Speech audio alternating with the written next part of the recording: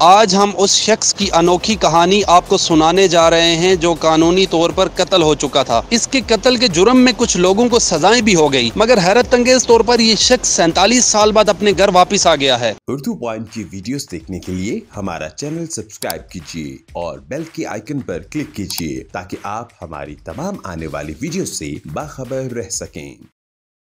میرے ساتھ موجود ہیں سلیمان عرف بابو صاحب، جو 1974 میں قتل ہو جاتے ہیں اور 2021 میں موئزانہ طور پر واپسی زندہ ہو کر اپنے علاقے میں پہنچتے ہیں۔ خوشی کی لہر اٹھتی ہے۔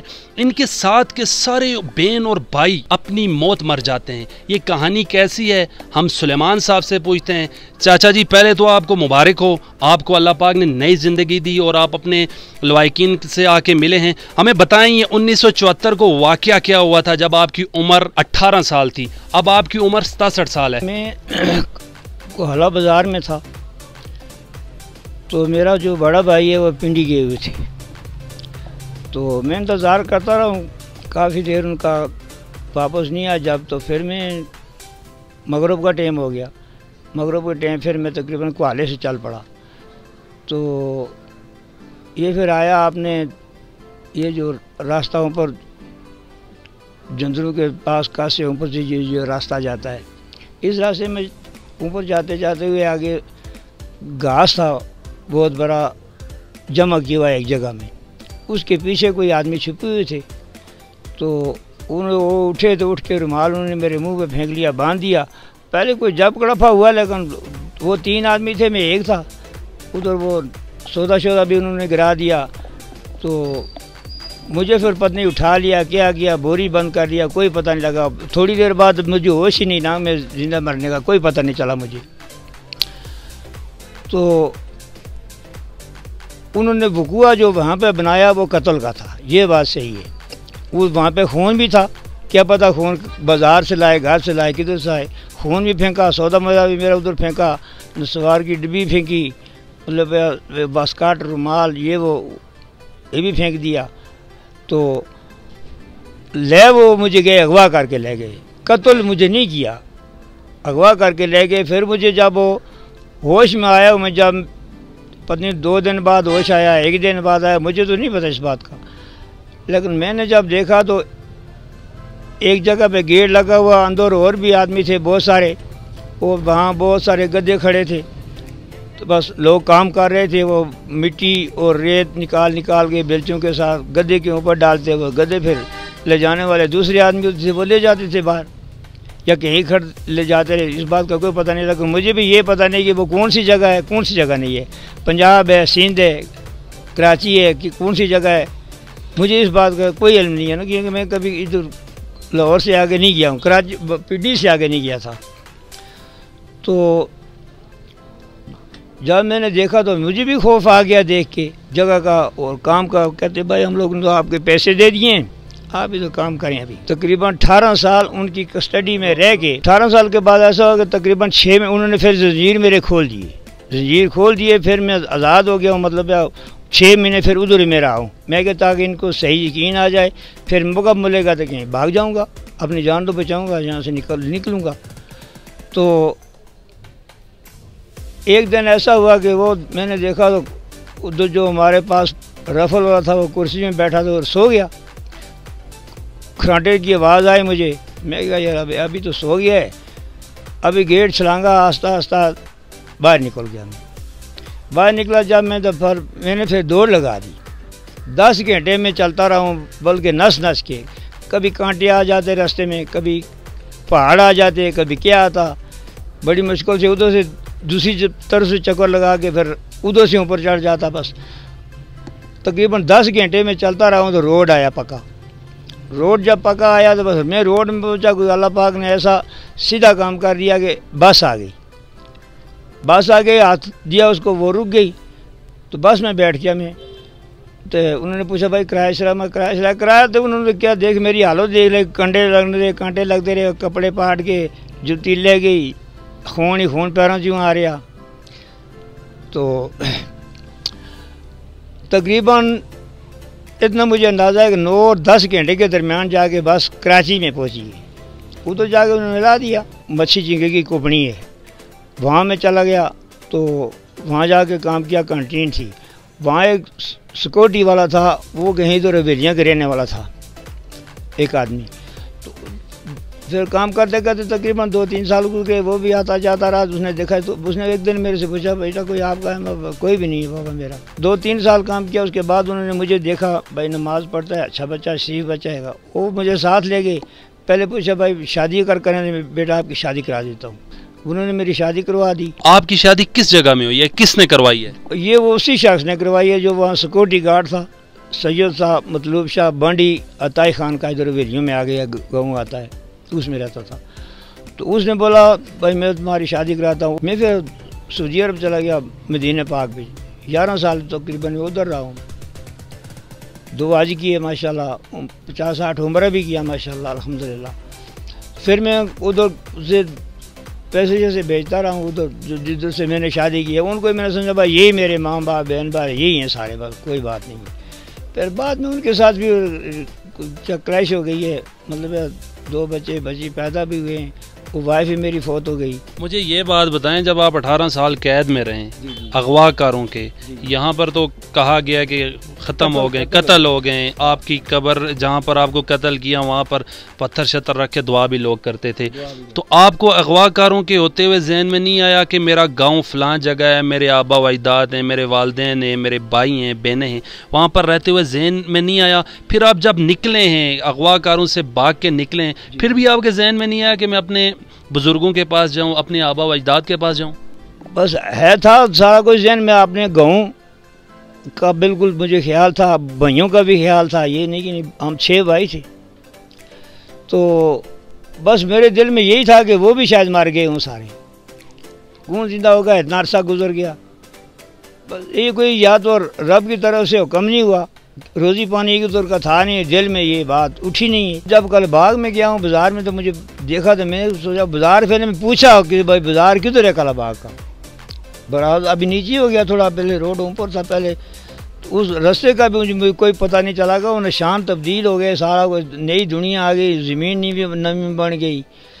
تو پھر وہاں سے میں پوچھا ایک آدمی سے، وہ ادھر کھن کلان کا رہنے والا تھا، پکوڑیوں کی دکان کرتا تھا. میں نے پوچھا میں یار میں تو پکوڑ جانا ہے یا نکور جانا ہے، جس پاس کی گاڑی، انہوں نے کہا سب طرف گاڑیاں جاتی ہیں، ابھی پکوڑ جائیں، نکور جائیں، جدھر بھی جائیں، ہال جونٹ جائیں، جدھر جائیں، ابھی روڈ بنا ہوا ہے گاڑیاں جاتی ہیں. بس میں تو پھر حیران ہو گیا بھائی گاڑیاں بھی جاتی ہیں. ہاں میں جو گاڑیاں جاتی ہیں.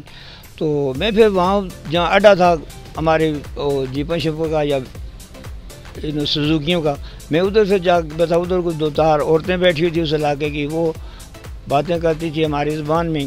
پوچھا میں جی، انہوں نے پوچھا، میں نے خود پوچھا ان سے آپ نے کدھر جانا ہے؟ ہم نے نکور میں جانا ہے. بس اچھا جی. انہوں نے پھر پوچھا جی آپ کیسے آئیں، کدھر سے آئیں؟ میں فلانا آدمی ہوں، ادھر سے آیا ہوں. انہوں نے پھر فون ادھر ادھر کرنے شروع کر دیے. وہ کون عورت تھی؟ وہ آپ کو جانتی تھی؟ اس نے آپ نے اس کو کیا تعارف کروایا ہے کہ میں کہاں سے ہوں؟ ظاہر ہے لوگوں کے خیالات میں تو آپ قتل ہو گئے تھے، آپ نے اس کو کیا بتایا کہ میں کہاں سے ہوں اور کیا ہے؟ میں نے اس کو بولا میرا جو بڑے بھائی کا لڑکا ہے وہ میرا نہیں تھا، تھوڑا تھوڑا فرق تھا، اکٹھے ہم اسکول پڑھتے رہے. اس کا نام تاج ہے، اور ایک مقبول بھتیجی ہے ساڑی، وہ بھی تھوڑی تکڑی سی، اس میں بھی میں سیاںنا. باقی جو اپنے بھن بھرا کے آپ سارے فوت ہو گئے، بھابیاں زندہ ہیں.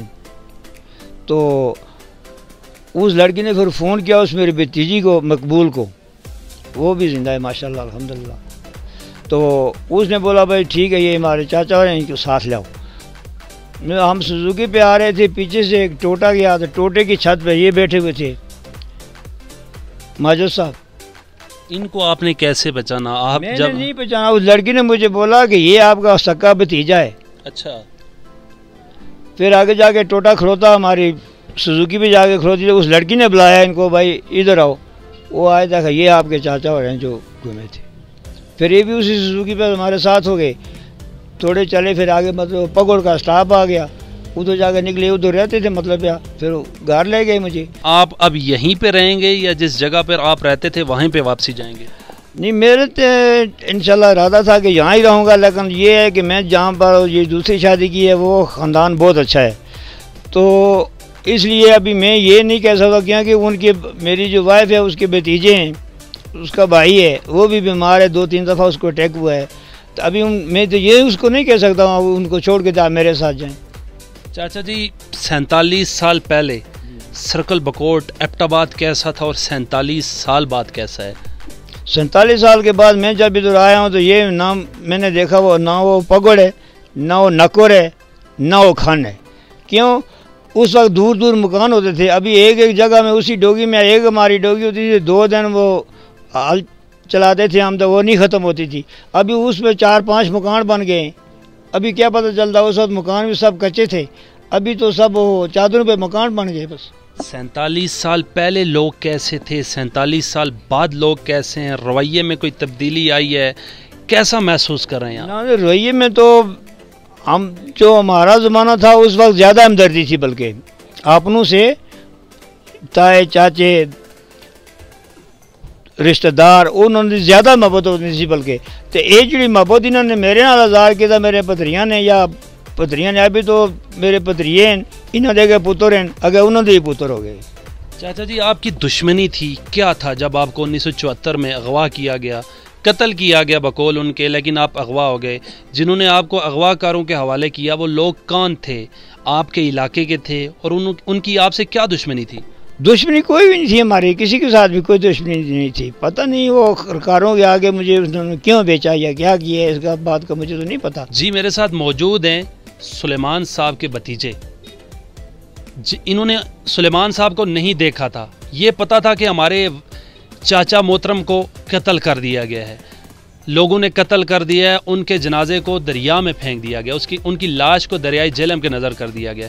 ان سے پوچھیں گے جب انہوں نے دیکھا 47 سال بعد کہ ہمارے چاچا زندہ ہو کر واپسی آ گئے، ان کے کیا تاثرات تھے، انہوں نے کیا کیا کیا وہاں پر؟ میرے لیے یقین کرنا بہت مشکل تھا۔ جب میں نے پہلے تو مجھے گاڑی میں جا رہا تھا، مجھے کال آ گئی تھی کہ آپ کے چاچو جو قتل ہو گئے تھے وہ واپس آ گئے۔ مطلب ہم نے جب سے ہوش سنبھالا ہے تب سے سنتے آ رہے تھے کہ وہ قتل ہو گئے ہیں۔ جائے وقوع پہ مطلب جیسے انہوں نے قتل کا پورا سین کریٹ کیا تھا، تو اس جگہ پہ انہوں نے کوئی چیز ذبح کر کے خون بہایا، اور پھر نیچے آبشار تک وہ خون کے قطرے موجود تھے، پھر دریا تک مطلب ایسی نشاندہی انہوں نے چھوڑی تھی تاکہ ان کو گھر والوں کو پورا یقین ہو جائے کہ یہ قتل ہو گئے ہیں۔ تو مطلب یہ پورا ایک سین کریٹ کیا گیا تھا، تو ہمیں مطلب اس پر یقین کرنا بہت مشکل تھا۔